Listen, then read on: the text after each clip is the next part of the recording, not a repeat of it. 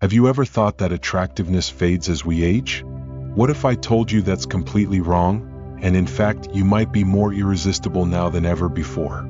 Yes, even in your 70s or 80s. Think about it. Have you ever met someone who walks into a room and, without saying a word, everyone feels drawn to them? It's not about smooth skin or a full head of hair. It's something deeper. A kind of silent magnetism that comes from experience, wisdom, and grace. But here's the twist. Most people overlook this power. They think it's too late to be attractive, to feel desired, or to make meaningful connections. But what if the opposite is true? In this video, I'll share 12 habits that will help you unlock that silent charm, and I guarantee some of them will surprise you. Before we dive in, let me ask you something. Do you believe that getting older means you should fade into the background? If you do, you might want to rethink that. Because the truth is, age doesn't make you invisible, unless you let it. If you're ready to challenge that idea and embrace the kind of attraction that doesn't rely on youth, hit the like button. And if you disagree, leave a comment below. I want to hear your thoughts. Now let's get started. Let's start with something that seems simple, but here's the catch. You've probably heard people say, just stay positive. It sounds like one of those cliches, right? But let me ask you this. When's the last time you met someone who was genuinely positive without being fake or forced? Because that genuine positivity is rare and it's magnetic. Now here's where it gets interesting. Most people think positivity is all about smiling and pretending everything's fine. But that's not attractive. It's exhausting both for you and the people around you. The kind of positivity I'm talking about comes from a deeper place. It's about accepting life's challenges, embracing the ups and downs, and still choosing to move forward with a hopeful heart. But here's the twist. Many people in their 70s and 80s believe they've earned the right to be cynical. They've been through a lot. Loss, disappointments, health issues. And I get it. But here's the thing. Carrying that negativity doesn't make you more relatable. It makes you harder to be around. Think about it. Have you ever found yourself avoiding someone who always complains about their aches, the good old days, or how the world is falling apart? Now flip that perspective.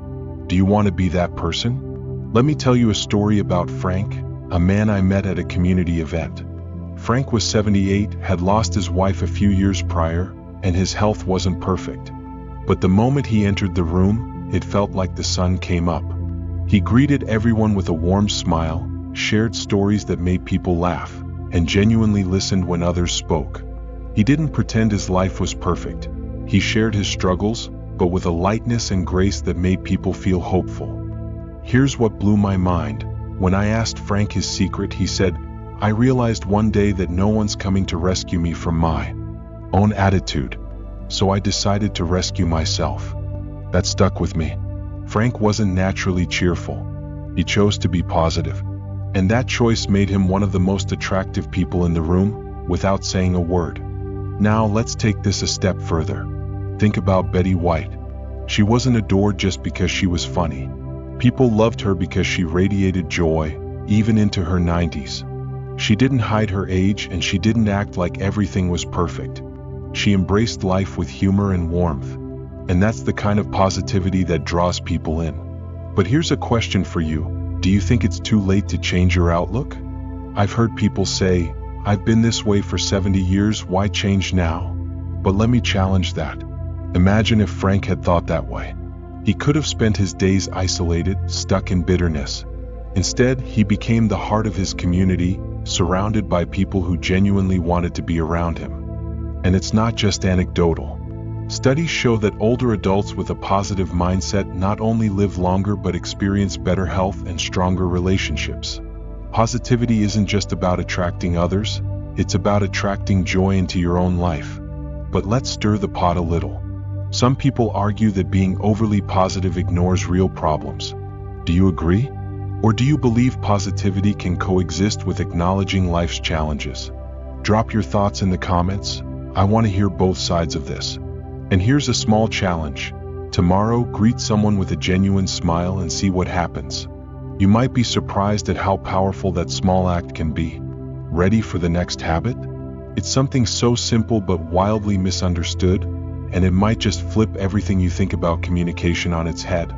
Let's dive in. Now, let's move on to something even more powerful than speaking: listening. But I'm not talking about just hearing words. I'm talking about active listening, and trust me, it's not as simple as it sounds. Here's the plot twist.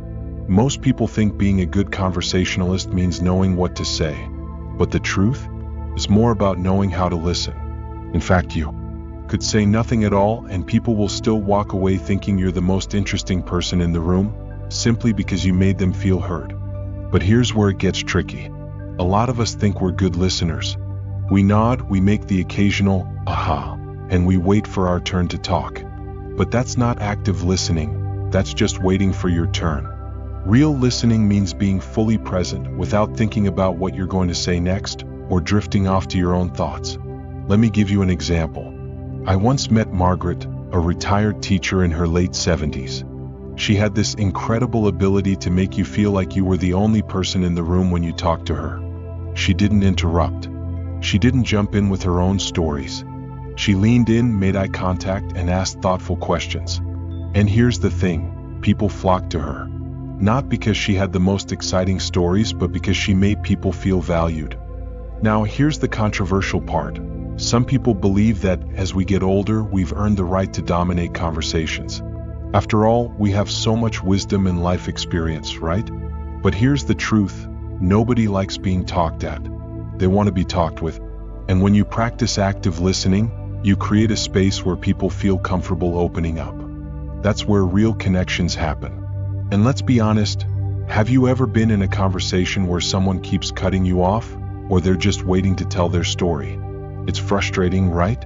Now, think about how often we might unintentionally do the same thing. Active listening isn't just polite, it's magnetic. When you give someone your full attention, you're showing them that they matter. And that makes you irresistible because people are drawn to those who make them feel seen and heard. But here's where it gets even more interesting. Active listening isn't just about others, it changes you too. When you truly listen, you learn more, you understand people better, and you gain new perspectives. It's like opening a window to a whole new world you never knew existed. Think about Nelson Mandela. He was known for his ability to listen deeply, even to people he disagreed with. That's part of what made him such a powerful leader. He didn't just hear people, he made them feel understood. And that's a skill you can cultivate at any age. Now, let me ask you this. Do you think people today really know how to listen? Or are we living in a world where everyone's just waiting for their turn to speak? I want to hear your thoughts in the comments because I know this can stir up some strong opinions. And here's a little challenge. The next time you're in a conversation, try not to interrupt. Just listen. Really listen. Notice how the other person reacts and how you feel afterward. You might be surprised at how powerful this simple habit can be. Alright, ready for the next habit? It's about mastering the art of conversation, but in a way that might just challenge everything you think you know about what makes a conversation meaningful. Let's dive in. Now that we've covered the power of listening, let's talk about the other side of the coin, conversation. But not just any conversation. I'm talking about meaningful, engaging dialogue that leaves people thinking, wow, I really enjoyed talking to them. Here's the thing. Most people assume that good conversation is about being witty or having the best stories. But here's the twist. It's not about being the most interesting person in the room. It's about making the other person feel interesting. And that's where most people get it wrong. Let me ask you, when's the last time you left a conversation feeling truly energized? Not from sharing your own stories, but because the other person made you feel heard, respected, and connected. That's the magic of mastering conversation. It's not about small talk, it's about making people feel like they matter. Now, I know what some of you might be thinking, but I don't have anything exciting to talk about anymore. My life isn't as interesting as it used to be. But that's just not true. In fact, the older you get, the more valuable your stories become. Why?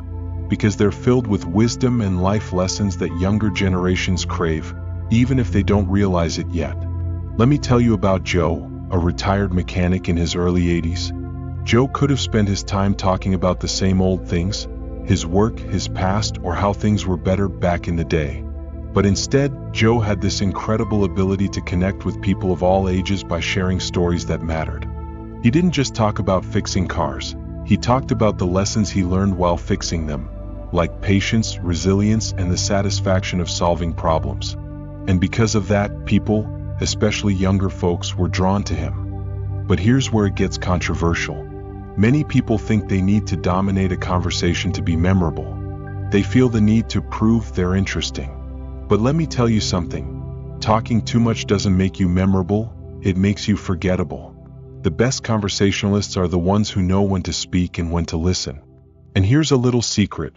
Asking thoughtful questions is one of the best ways to keep a conversation flowing. Instead of the usual, "How are you?" or "What have you been up to?" try asking things like, "What's something that made you smile today?" or "What's the most interesting thing you've learned recently?" Questions like these show genuine interest, and they open the door for deeper, more meaningful dialogue. But let's be real. Sometimes conversations do get stuck in small talk, especially when you're meeting someone new. And that's okay. The key is to gently steer the conversation into more meaningful territory without forcing it. Share a personal story, ask a thoughtful question, or simply express genuine curiosity about the other person's life. And here's another twist. Don't be afraid of silence. You might think a pause in conversation is awkward, but sometimes those quiet moments give people the space to open up in ways they wouldn't if you were constantly filling the air with words. Now, I'm curious, do you think people today have forgotten how to have real conversations? Or is it just that we're all so distracted by technology that we've lost the art of connecting? Let me know what you think in the comments. I know this is something a lot of people have strong opinions about. And here's your challenge. The next time you're talking to someone, try shifting the focus from you to them. Ask deeper questions, listen closely, and watch how the conversation transforms. You might be surprised at how much more connected you feel. Alright, let's move on to the next habit. This one might surprise you because it's something people often underestimate. But trust me, it can completely change how others perceive you. Let's get into it. Now, let's talk about something that's often overlooked but incredibly powerful. Your sense of humor. You might not realize it, but being able to laugh, especially at yourself, is one of the most attractive traits you can have. But here's where it gets interesting. Many people believe that as we get older, life becomes too serious for humor. After all, you've been through a lot: loss, health issues, family responsibilities. And sure, life throws some heavy stuff at us. But here's the twist. Taking life too seriously doesn't make you wiser, it makes you harder to connect with. Think about it. Have you ever met someone who, despite everything they've been through, still manages to find something to laugh about? That kind of person lights up a room. Their laughter isn't about ignoring life's challenges, it's about rising above them. Let me tell you about Susan, a woman I met at a senior center event. Susan was 75 and she had just been through a rough patch. She'd lost her husband, had some health scares, and moved to a new city to be closer to her kids. But you wouldn't know it by the way she carried herself. She had this infectious laugh that made everyone around her feel lighter. When I asked her how she stayed so upbeat, she said, "If I don't laugh at myself, who will? Life's too short to be grumpy all the time." That stuck with me. Susan didn't deny her struggles, she embraced them. And instead of letting life's challenges weigh her down, she found humor in the little things. And people loved being around her because of it. But here's the plot twist. Some people think that humor is childish or inappropriate as you get older. They believe that maturity means being serious all the time. But let me ask you, when did we decide that laughter had an expiration date? Why should we stop finding joy in the absurdities of life just because we've added a few more candles to the birthday cake? Take George Burns, for example. He was making people laugh well into his 90s. And it wasn't just about the jokes, it was about his perspective on life. He once said, "You can't help getting older, but you don't have to get old." That mindset is powerful. It keeps you young at heart, no matter what your birth certificate says. Now, I'm not saying you have to be the life of the party or the funniest person in the room. But being able to find humor in everyday situations, even the tough ones, makes you approachable, relatable, and yes, irresistible. And here's the surprising part. Laughter isn't just good for attracting others, it's good for you too. Studies show that people who laugh regularly experience less stress, lower blood pressure, and even live longer. So humor isn't just a social tool, it's a lifesaver. But let me throw this out there. Do you think humor is something we lose as we get older, or is it something we choose to let go of? I'd love to hear your take on this. Maybe you've experienced it yourself, or maybe you know someone who's held on to their sense of humor no matter what. Share your thoughts in the comments. I know this could spark some great conversations. And here's something to try. The next time you catch yourself getting frustrated over something small, pause for a second. See if you can find something, anything, to laugh about in that moment. You might be surprised at how much lighter you feel. Now let's move on to the next habit. This one isn't about what you say or even what you do. It's about how you present yourself, and it might just challenge some common assumptions. Let's dive in. Now let's tackle something that might raise a few eyebrows: your appearance. I know what you might be thinking. At my age, why should I care what people think about how I look? But here's the twist. It's not about dressing to impress others. It's about presenting yourself in a way that shows you still value yourself. Let's be clear. I'm not saying you need to look like you just stepped off a magazine cover. That's not the point. Maintaining a well-groomed appearance isn't about chasing youth. It's about showing pride in who you are right now. And trust me, that confidence shines through more than any fancy outfit ever could. Think about it this way. When you take care of how you present yourself, you're sending a powerful message. You're telling the world, I respect myself and I respect the people I interact with. And people pick up on that, whether they realize it or not. Let me tell you about Walter, a man I met at a volunteer event. He was 82, sharp as a tack, and always dressed in crisp, clean clothes, even if it was just a casual polo and slacks. But it wasn't about being flashy. Walter took pride in looking put together because it made him feel good. And you know what? People gravitated toward him. Not because of the clothes themselves, but because of the confidence and self-respect he radiated. But here's where it gets a little controversial. Some folks believe that focusing on appearance is shallow or superficial, especially as we age. They think it's something we should outgrow. But let me challenge that idea. Is it really superficial to care about how you present yourself? Or is it an extension of how you value yourself and the people around you? Let's flip the perspective. Imagine meeting someone for the first time. They're wearing stained clothes. Their hair is unkempt and they look like they just rolled out of bed. What's the first thing that pops into your mind? Probably that they don't care much about themselves, right? Now, I'm not saying you should judge a book by its cover, but like it or not, first impressions matter. And that goes for everyone, no matter how old you are. Now, I'm not suggesting you have to spend hours in front of the mirror or go out and buy a whole new wardrobe. It's about the little things, making sure your clothes are clean and fit well, keeping your hair neat, maybe adding a touch of your favorite cologne or perfume. These small details can make a huge difference in how you feel and how others respond to you. And let's not forget, taking care of your appearance can actually boost your mood and confidence. It's a form of self-care. When you feel good about how you look, you naturally carry yourself with more confidence. And confidence? That's one of the most attractive qualities at any age. But I'm curious, do you think focusing on appearance is important as we get older, or is it something we should stop worrying about? I know people have strong opinions on this, so drop your thoughts in the comments. I'd love to hear your perspective. Here's something to think about. Tomorrow, take a little extra time to dress in a way that makes you feel confident and comfortable. Pay attention to how it shifts your mood and how others interact with you throughout the day. Sometimes, the smallest changes can have the biggest impact. Now let's move forward. The next habit has nothing to do with appearance. It's all about authenticity. And embracing this could change not just how others see you, but how you see yourself. Stick with me because this one might hit closer to home than you expect. Now, let's talk about something that might just be the most powerful habit of all: authenticity. It sounds simple, right? Just be yourself. But here's the catch. In a world where people are constantly trying to fit in or live up to expectations, being truly authentic is rarer and more attractive than you might think. Here's the twist. Many people believe that as we age, we naturally become more authentic because we know who we are. But the truth? Sometimes the older we get, the more we hide behind roles we've played for years: parent, grandparent, spouse, worker. We get so used to being who we think we're supposed to be that we forget who we really are underneath it all. Think about it. Have you ever felt like you couldn't fully express yourself because you were worried about how others might react? Maybe you didn't share an opinion because you thought it would upset someone, or you downplayed your passions because they didn't seem age-appropriate. But here's the thing, people are drawn to realness. They crave genuine connections, and nothing is more magnetic than someone who is unapologetically themselves. Let me tell you about Eleanor, a woman I met at a local art class.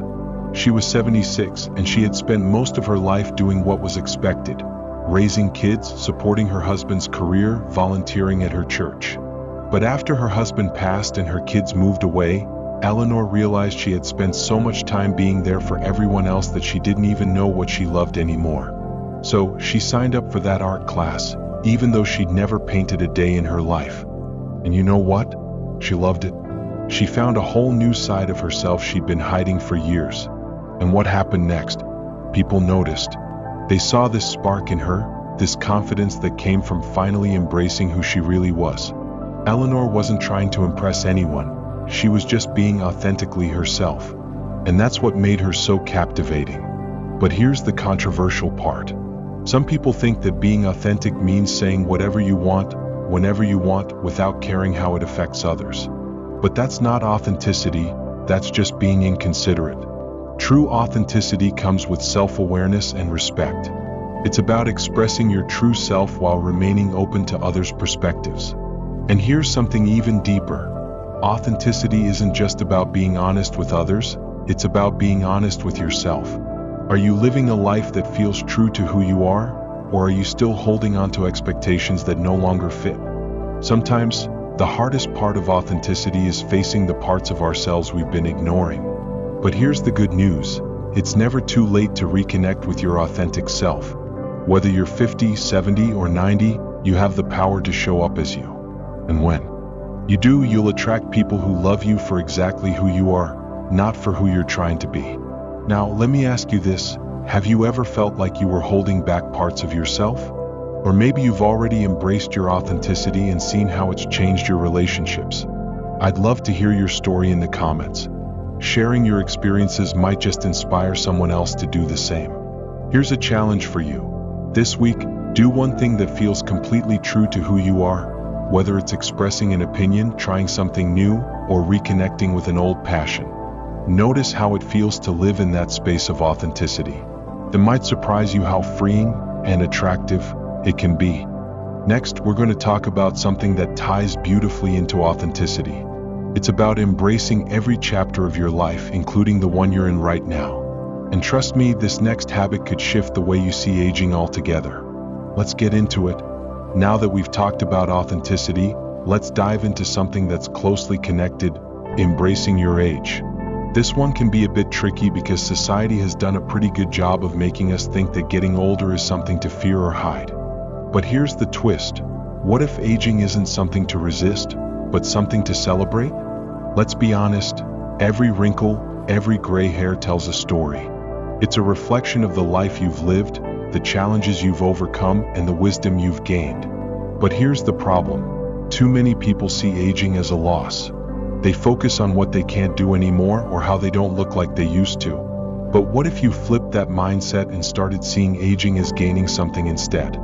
Gaining perspective, freedom, and confidence that only comes with time. Think about this. Have you ever met someone in their 70s or 80s who just radiates confidence? Not because they're trying to look younger, but because they've fully embraced who they are right now? That's true attractiveness. Let me introduce you to Henry, a 79-year-old I met at a local hiking group. Now, you'd think someone his age would be slowing down, maybe sticking to short walks or taking it easy. But not Henry. He tackled those trails with more energy and enthusiasm than people half his age. And it wasn't because he was trying to prove something. When I asked him about it, he smiled and said, "I don't hike like I'm 30, I hike like I'm 79. And that's exactly how I want it." Henry didn't see his age as a limitation. He saw it as a badge of honor. And that attitude was magnetic. People were drawn to him, not because he was trying to be younger, but because he was comfortable in his own skin. But here's where it gets controversial. Society tells us to fight aging every step of the way. Anti-aging creams, hair dyes, cosmetic surgeries, you name it. Now, I'm not saying there's anything wrong with wanting to look your best, but the real question is, are you doing it because you want to, or because you feel like you have to? There's a big difference between taking care of yourself and trying to hide who you are. And here's another thing to consider.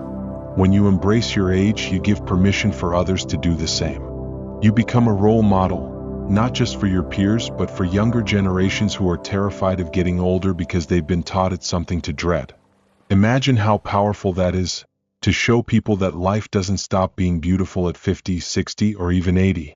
In fact, it can get even better. Take Judi Dench or Morgan Freeman, for example.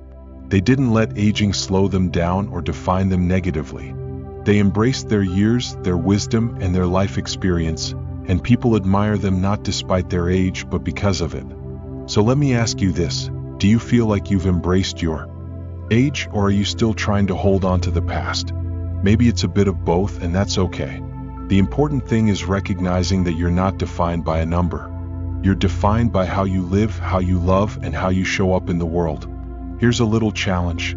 This week, do something that celebrates your age instead of hiding it. Share a story from your past that taught you something valuable.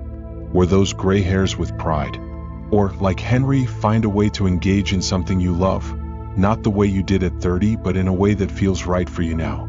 And as you reflect on that, get ready, because the next habit is all about how you give back and connect with others in a way that's both fulfilling and deeply attractive. Let's keep this momentum going. Now that we've talked about embracing your age, let's shift gears to something that goes beyond how you feel about yourself. It's about how you connect with others. And that's through generosity. But here's the twist. I'm not just talking about giving money or gifts. True generosity goes much deeper. It's about sharing your time, your wisdom, your attention, without expecting anything in return. And trust me, that kind of generosity is magnetic.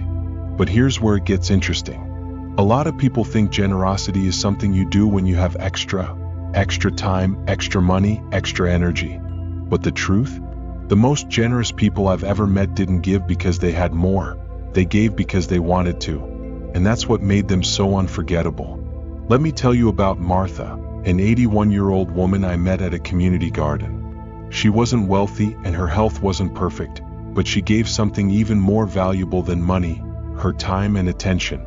She'd spend hours helping new gardeners, sharing tips, and even just listening to their stories. And you know what? People flocked to her. Not because of what she gave them, but because of how she made them feel.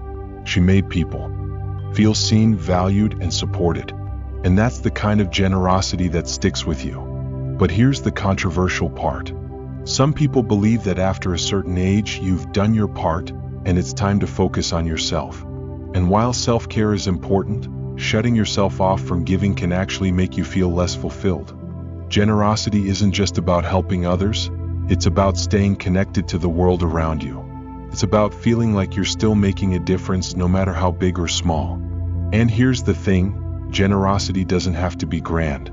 Sometimes the smallest acts have the biggest impact.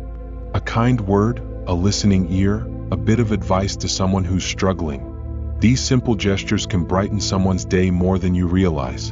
In fact, studies show that people who regularly engage in small acts of kindness feel happier, more connected, and even live longer. So, generosity isn't just good for others, it's good for you too. But let's stir the pot a little. Some folks might say, why should I give when people don't appreciate it? And sure, there will always be people who take more than they give. But here's the secret. True generosity doesn't depend on how others respond. It's about how it makes you feel. When you give from the heart, without expecting anything in return, you tap into a kind of fulfillment that no one can take away from you. Take Fred Rogers. Yes, Mr. Rogers. He built his entire life around quiet, steady generosity.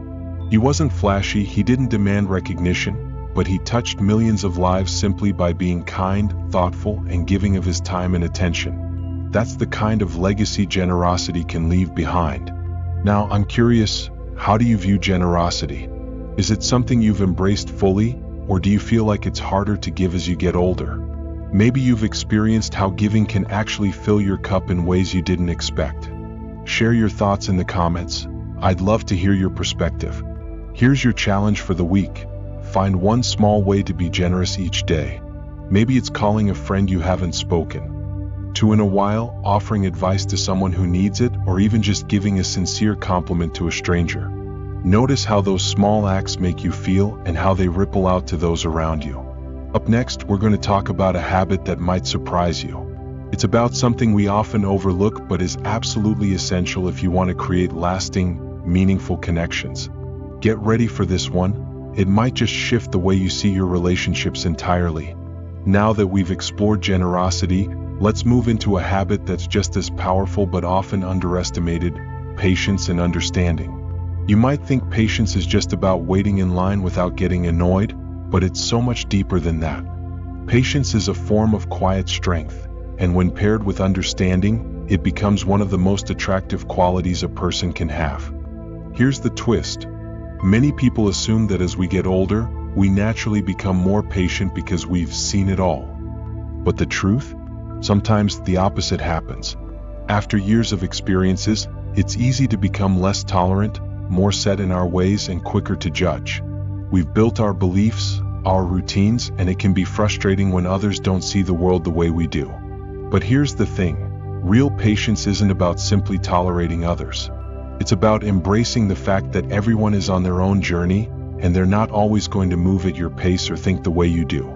And that's okay. In fact, it's what makes relationships so rich and rewarding. Let me tell you about Gerald, a retired engineer I met at a family reunion. Gerald was known for his strong opinions and, let's be honest, his stubbornness.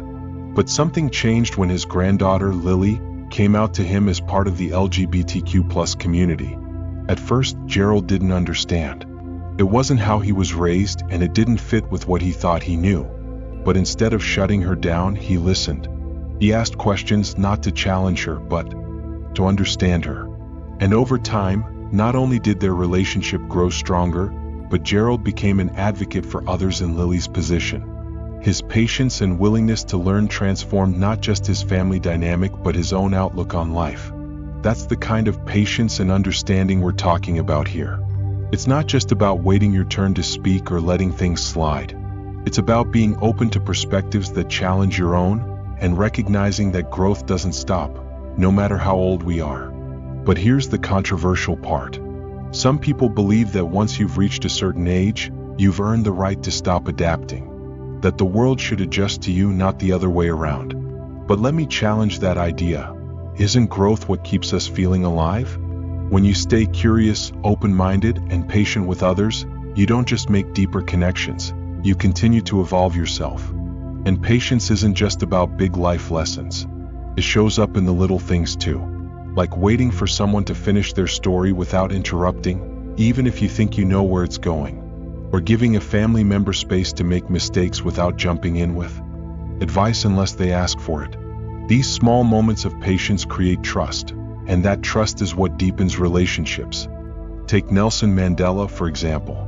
He spent 27 years in prison, but he came out not bitter or vengeful, but patient and understanding. He knew that lasting change takes time, and that anger only fuels division. His ability to practice patience and understanding made him one of the most respected leaders in history. Now, I want to hear from you.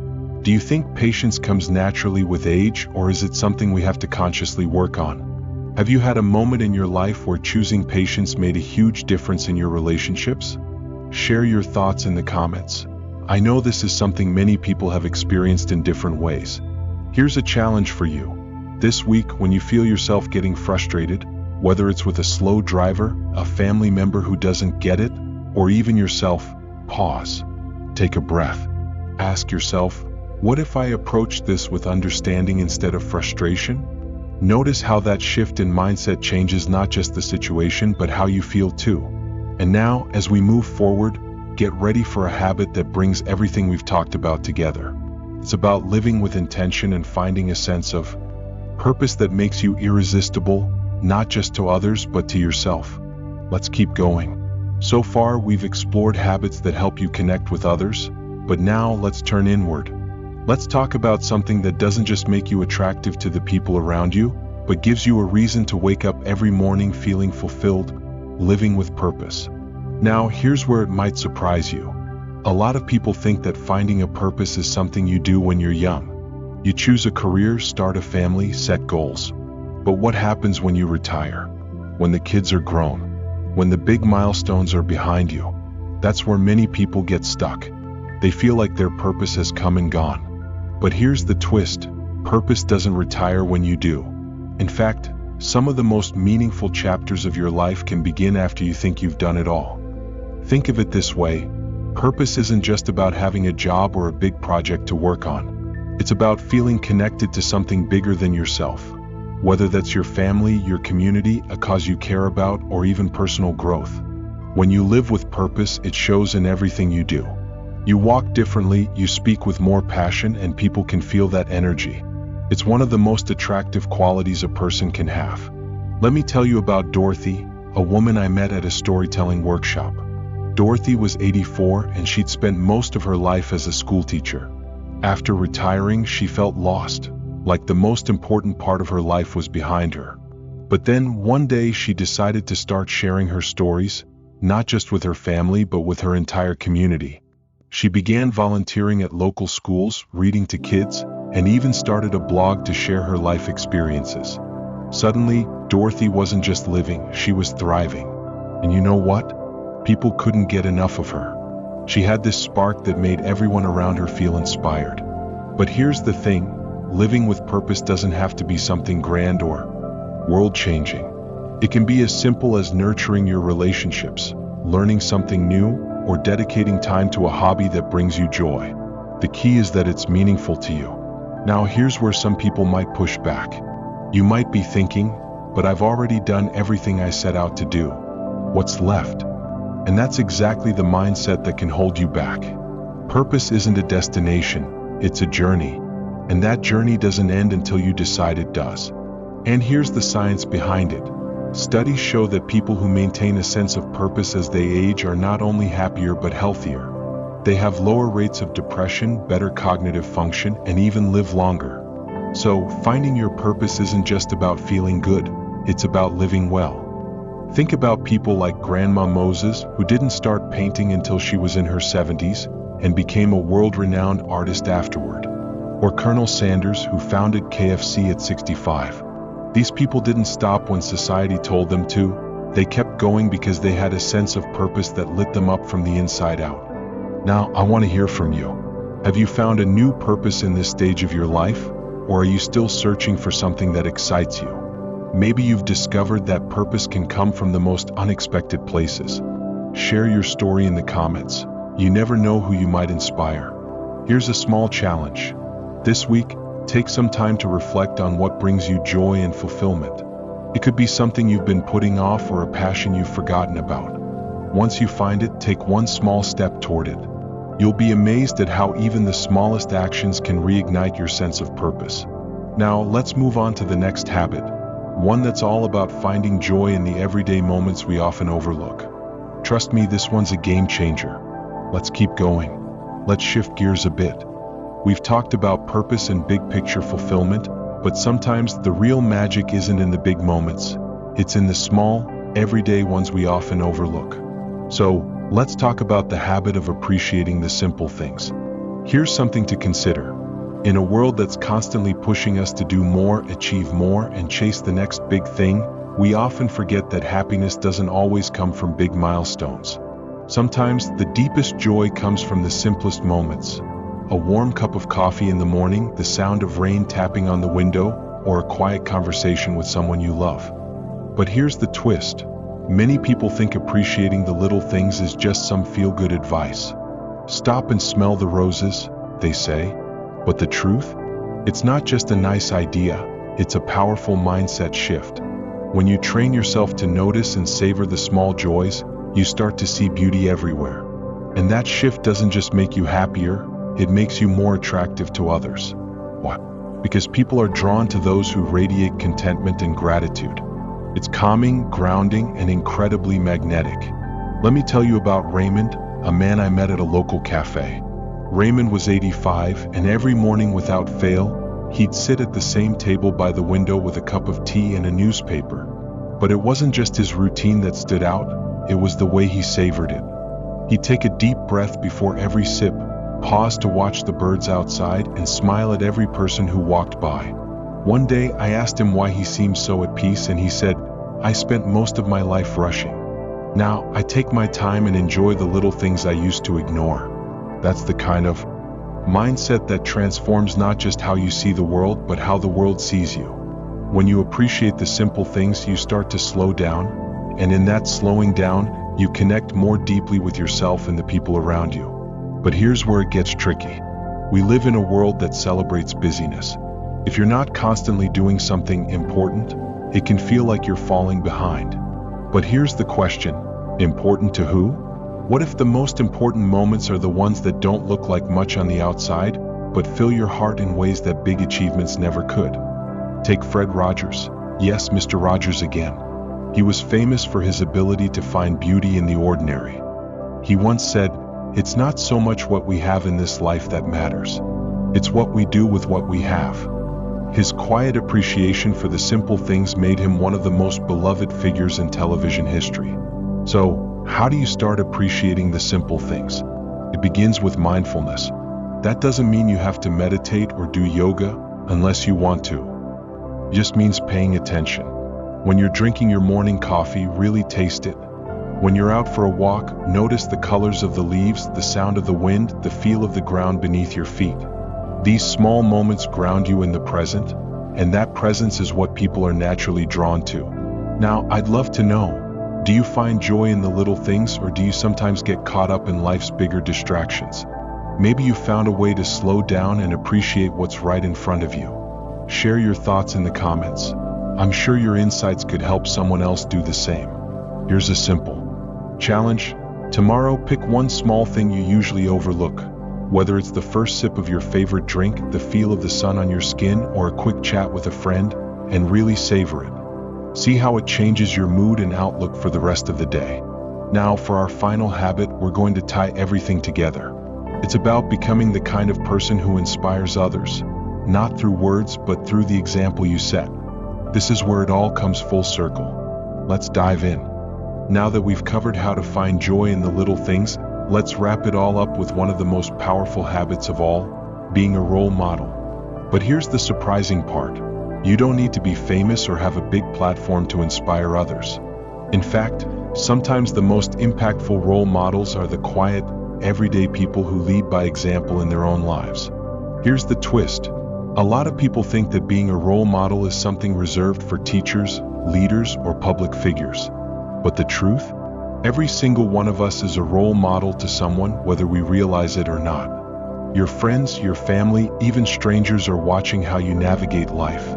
And the way you carry yourself can inspire others more than you might ever know. Let me tell you about Samuel, a retired firefighter I met at a community event. Samuel never set out to be a role model. He didn't think of himself that way. But the way he lived, his kindness, his patience, his willingness to lend a hand, made a lasting impact on everyone around him.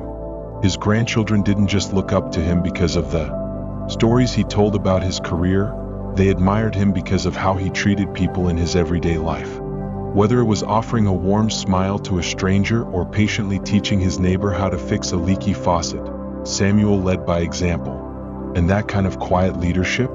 It's unforgettable. But here's where it gets controversial. Some people believe that once they've raised their kids or retired from their careers, their role as a mentor or guide is over. I've done my part, they say, but the reality? Your life experience, your wisdom, and even your mistakes are still valuable. Being a role model isn't about having all the answers. It's about showing others how to live with integrity, resilience, and compassion. And here's something to really think about. Being a role model doesn't mean you have to be perfect. In fact, showing vulnerability, sharing your struggles and how you've overcome them, makes you more relatable, not less. People aren't inspired by perfection. They're inspired by authenticity and the courage to keep growing no matter your age. Take Maya Angelou, for example. She wasn't just a role model because of her poetry or activism. She was admired because she lived her truth openly and fearlessly. She spoke about her struggles, her failures, and her triumphs with equal honesty, and that's what made her so influential. And it's not just about inspiring younger generations. Being a role model can also influence your peers. When you show up with positivity, patience, and authenticity, you encourage others around you to do the same. Your energy becomes contagious, and that ripple effect can spread further than you might imagine. Now, let me ask you this. Have you ever thought about the example you're setting for those around you? Maybe you've had someone in your life who inspired you in unexpected ways, or perhaps you've realized that people are looking to you for guidance more than you thought. I'd love to hear your experiences in the comments. Here's your challenge. This week, think about one quality you'd like to embody more fully, whether it's patience, kindness, or resilience, and consciously practice it. Notice how it not only affects the people around you but also how it makes you feel. Sometimes being a role model isn't about changing the world, it's about changing the world for one person. And there you have it, the 12 habits that can help you become silently attractive and unspokenly irresistible, no matter your age. But remember, true attractiveness isn't about surface-level traits. It's about how you live, how you connect with others, and how you make people feel in your presence. Now, I'd love to know, which of these habits resonated with you the most? Is there one you're already practicing or one you're excited to start? Share your thoughts in the comments and let's keep this conversation going. If you found this video helpful, don't forget to like, share, and subscribe for more insights on living a fulfilling, authentic life at any age. Together, we can celebrate the beauty of aging and inspire others to do the same. Thanks for watching, and I'll see you in the next video.